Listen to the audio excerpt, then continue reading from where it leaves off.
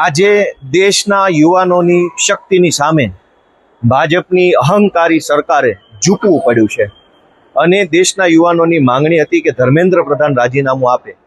એ બહુ ભૂંડા મોઢે બેશરમજનક રીતે રાજીનામું આપવું પડ્યું છે. અને શરૂઆતમાં આપણા દેશના યુવાનોને વિદેશી ફંડિંગથી ચાલે છે, ચાઇનાના એજન્ટ છે, સોરોસ ફંડ કરે છે, એવી રીતે ખૂબ આપણા દેશના યુવાનોની ઉપર માછલા ધોવામાં આવ્યા.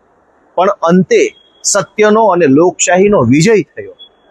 આ શરમજનક રીતે જે રાજીનામું આપવું પડ્યું છે એ બાબતનો ગુસ્સો કાઢવા માટે ગુજરાતની અંદર આમ આદમી પાર્ટીના નેતાઓનો એક એઆઈથી ડીપ ફેકથી બનાવેલો ઓડિયો હર્ષ સંઘવીના કહેવાથી મીડિયામાં વાયરલ કરવામાં આવ્યો અને એવો દાવો કરવામાં આવે છે કે ગુજરાતની અંદર બધું ભયંકર હાહાકાર મચાવી દેવાનો પ્લાનિંગ હતો.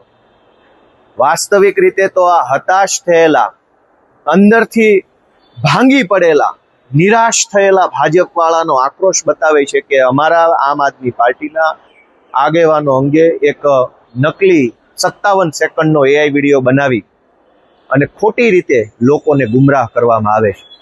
પણ યાદ રાખજો ભાજપના મિત્રો કે જેમ દિલ્હીમાં તમારા અહંકારનો દેશના યુવાનોએ ભૂકો બોલાવી દીધો, તમારા સત્તાના અભિમાનને ઓગાળી નાખ્યો, એમ જ ગુજરાતની અંદર પણ યુવાનો તમારા અભિમાનને ઓગાળી દેવાના છે.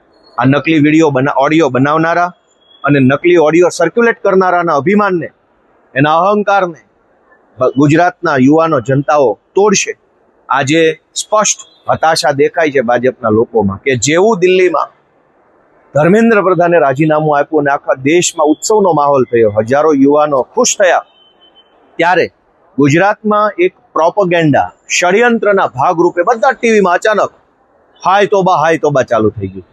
આ એઆઈ જનરેટેડ ઓડિયો બનાવી અને અમારા આમ આદમી પાર્ટીના યુવાનોના આગેવાનોને જે બદનામ કરવાની કોશિશ થઈ રહી છે એની સામે અમારો પ્રચંડ વિરોધ છે અને આવનારા દિવસોમાં લીગલ એક્શનથી લઈ જે કંઈ પણ કરવું પડે એ કાર્યક્રમો કરવામાં આવશે.